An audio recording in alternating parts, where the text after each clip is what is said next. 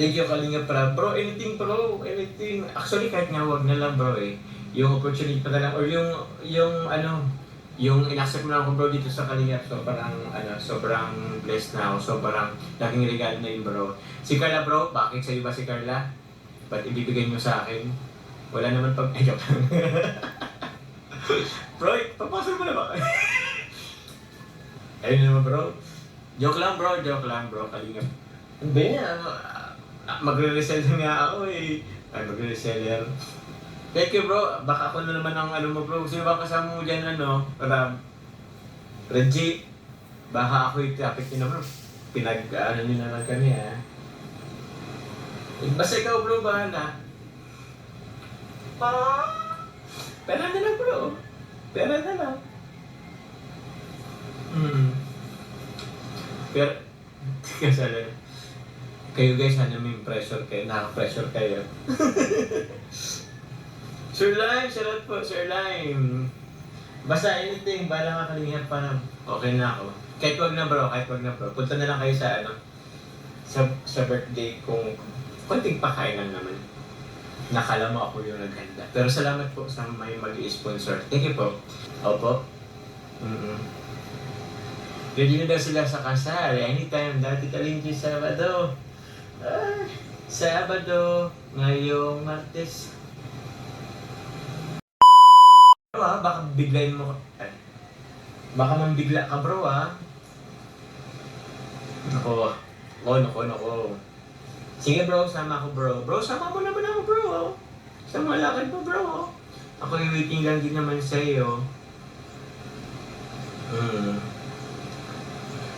O, isama mo si Carla Kalinga Prab, sabi ni Ma'am Ate Mayra Bebs. Tita Gwen Ibarra, shoutout sa'yo. Sama mo na kami, bro. Tapos bigla kaming, guardian of Petrolita.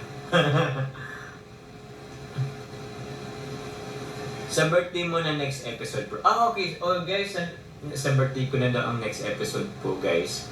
Abangan niyo po, guys. Grabe naman po. Ma'am Bicolana in Paris. Ready na kami sa ambagan para sa kasal ni Carlota sa Papa Jones. Can't wait na kami.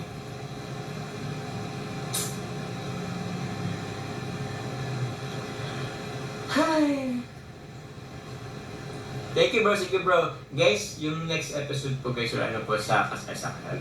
Sa birthday ko na po guys, John Carr. Sino mang willing maging yaya sakali nabubu.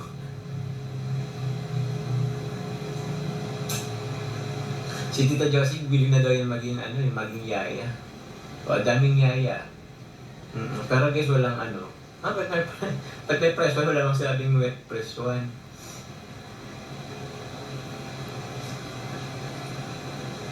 Okay na.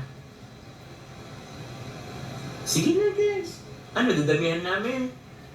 Total, ang dami gusto maging yaya eh. Dadamihan namin.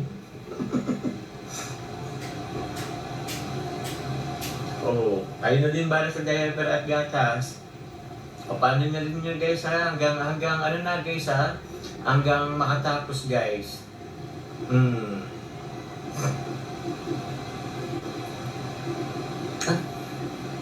Hindi na dumabot sa US, maging yaya daw. Di ba nga? May nakapagsabi rin guys, ako legit guys narinig ko rin guys doon mismo. Saan? Sa mismo po ng fashion show guys. Ang dami na ay pogi ka pala. Mas pogi ka pala sa personal. Pero yung mga basher guys, aminin mo. Anong talaga ako ng mga basher? Tawag niyan. Wala silang maipintas talaga sa akin kundi yung yung hindi ko makinis. Okay nga lang. Alam ko naman yun guys. Actually, biggest insecurity ko yan guys, yung hindi ako makinis. Pero, I love myself naman. Tanggap na tanggap ko yan. So,